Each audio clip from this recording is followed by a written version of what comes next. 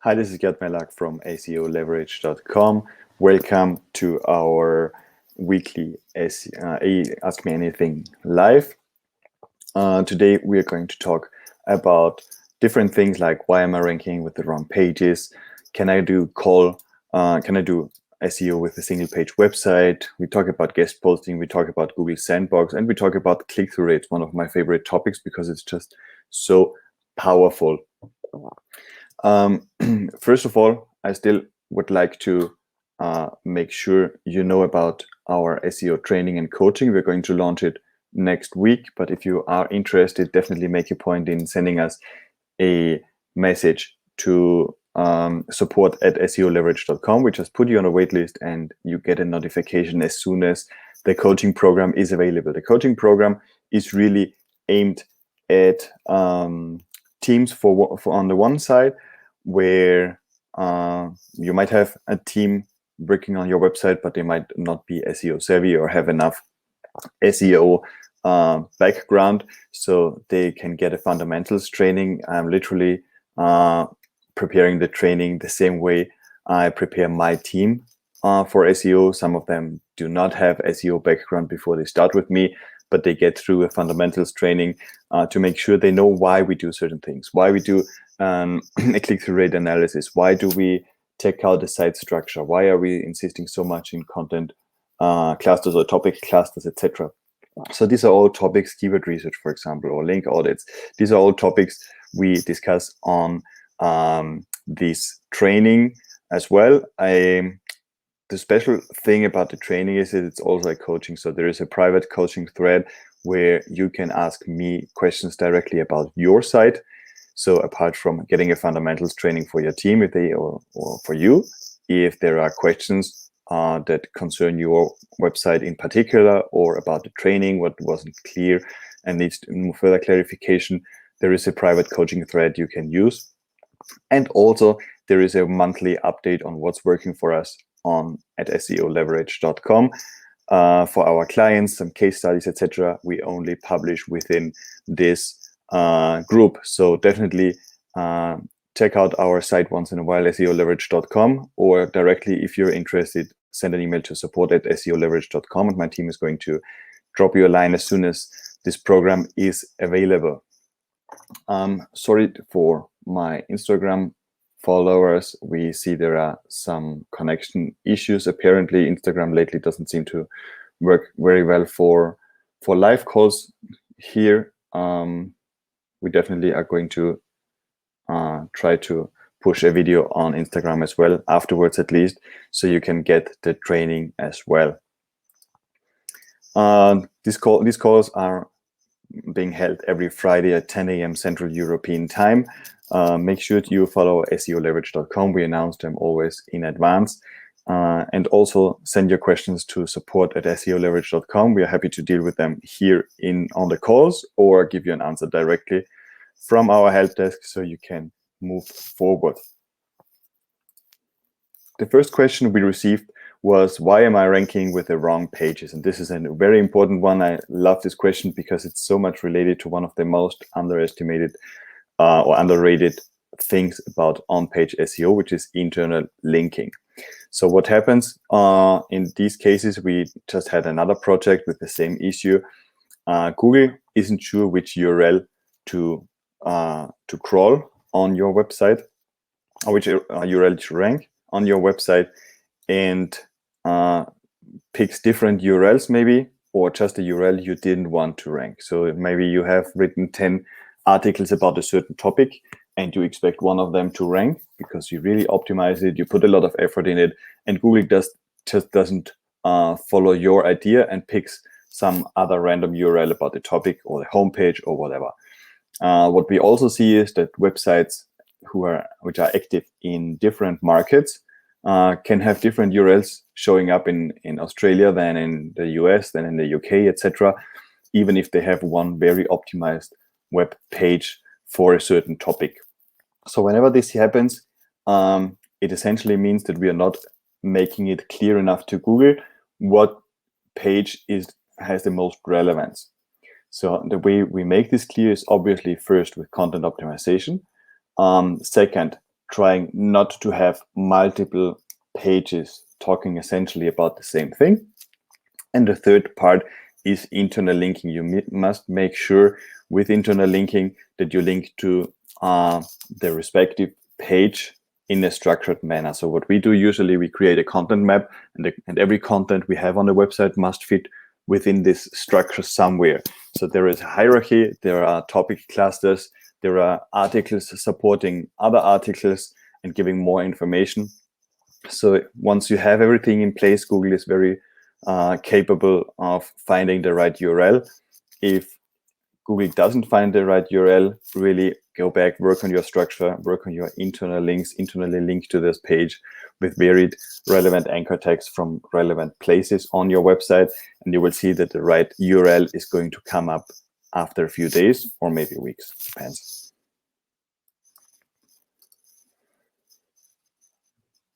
The question we got here was, can I rank with my single page website? So single page websites are something you don't see it too often, but you see it especially on businesses that drive Facebook traffic, for example. In particular, they use this like a landing page or like a mini website in order to have something on there, which is like one single page. You can, whenever you click around, you just jump around on this page. This is a single page website.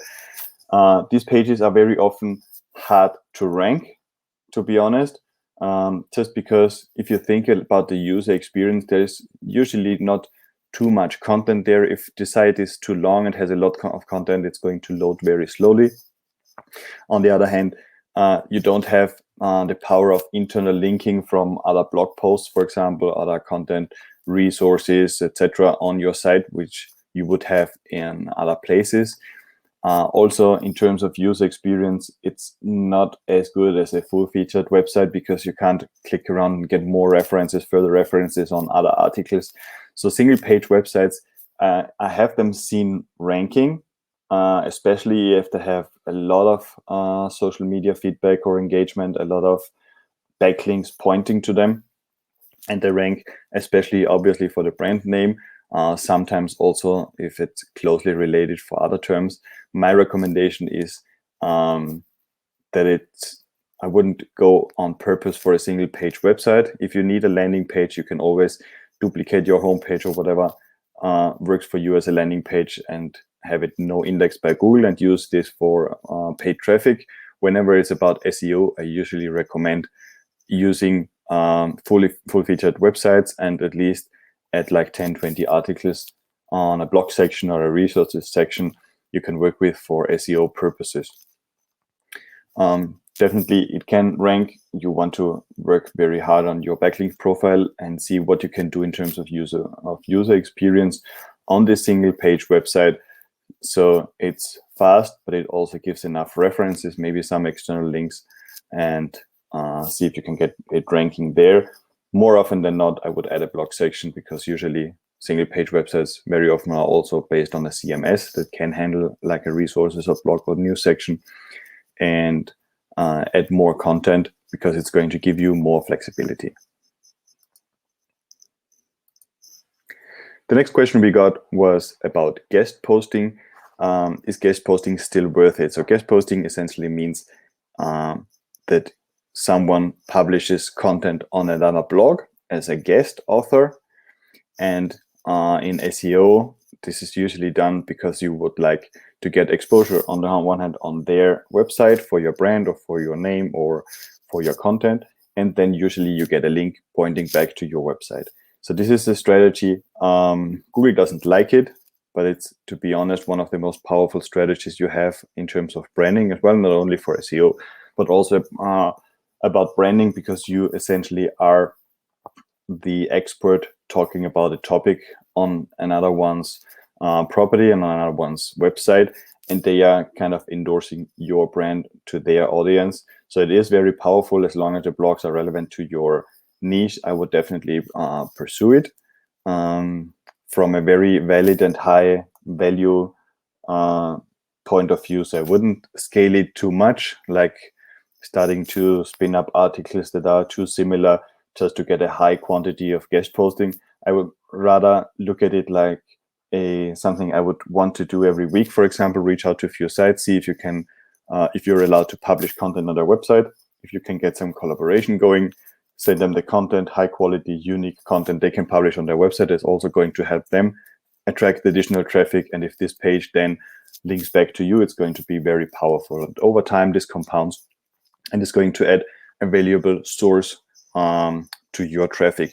My team does this for clients as well. So guest posting is definitely worth it, but you need to have a very high value angle on it. Don't try to scale something that's usually based on one-to-one communication, agreements, collaborations, and aiming at win-win situations. How to skip Google Sandbox. So Google Sandbox is a phenomena which Google denies that it exists. Essentially, whenever you create a new website on a new domain, it takes a few months to start showing up in Google, usually.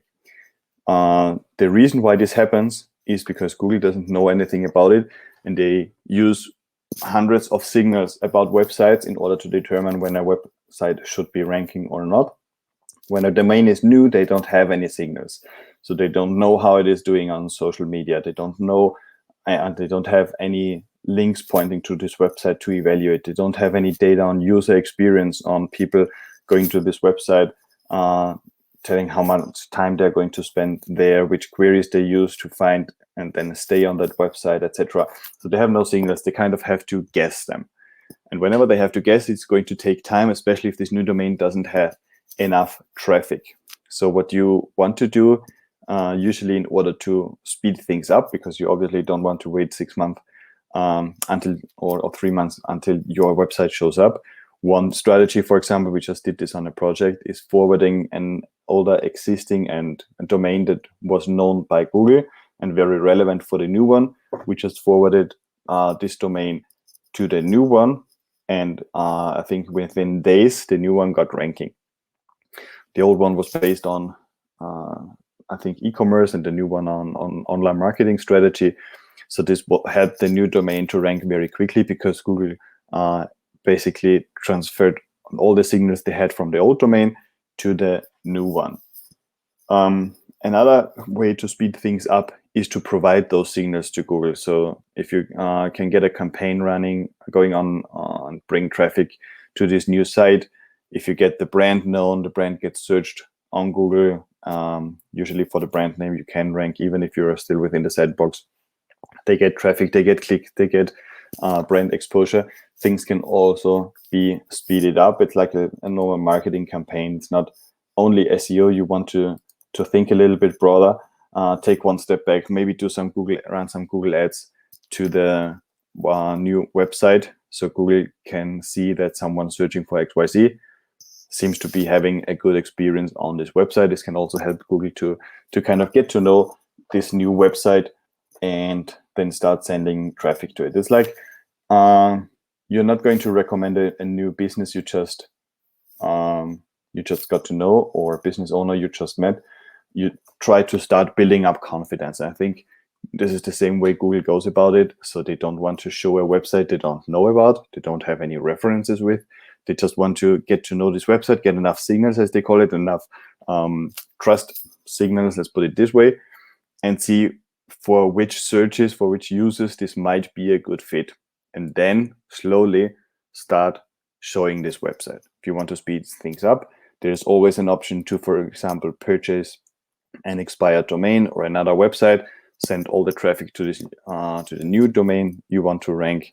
And this is probably the best way to speed things up and get out of the sandbox. The last question we got ahead of this call was, is CTR a ranking factor? CTR means click-through rate. And what this refers to is that if you have, if you appear on search like 100 times on user search results, and you get 1 click and everybody else ignores your search results, you have a 1% click-through rate. The click-through rate, you can check it on Google Search Console. This is also a part of our training where we go through how we can optimize this click-through rate. and see an increase in traffic just by getting more clicks from search. So if you have the same impressions, what can you do in order to get more clicks on your search result? Essentially, you can optimize the page title, which is the blue title that usually shows in search, and you can optimize the meta description, which is the text below the blue title. What you want to do here is you want to have a compelling reason to click on your search result. And in order to make copywriting or compelling, you need to kind of think about the state of mind of the user who is performing the search. What do they need to see in order to believe that your search result is going to give them the best possible answer to their doubts, to their problems, to their questions? And if you manage to do this, you're going to see CTR skyrocketing. I've seen things like 10x, meaning getting 10 times the traffic they got before just by optimizing page title and meta description.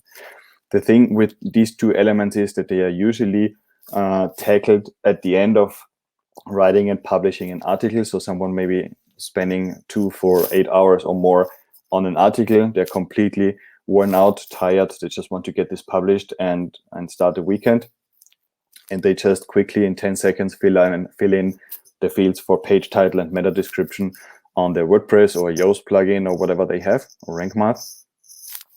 The thing is that these two fields are going to be decisive for the traffic you're getting. So Google officially denies that CTR is a ranking factor per se, but we do know that there is a correlation with higher click-through rates and higher rankings, and ranking increases after optimizing page title and meta descriptions. So it's something we really focus on. I don't care if it's an official ranking signal or not. I know it works, and it works for traffic and it works for rankings. So definitely pay attention to what the page title is and don't confuse it with the H1 title of your blog post. So the page title is what usually shows in Google and what shows on the browser tab. And the H1, the headline, the first headline of your article, is what you fill in the title column above the blog content on WordPress, for example. This is the H1. They should not be the same because they have different purposes. If you get the click to your site, you want the H1 title to be interesting enough for users to really dive in and check out your content, and you want to give enough information to Google so Google knows based on the H1 what your content is going to be about. The page title is selling the click essentially. So you want to be compelling enough to get people to your website.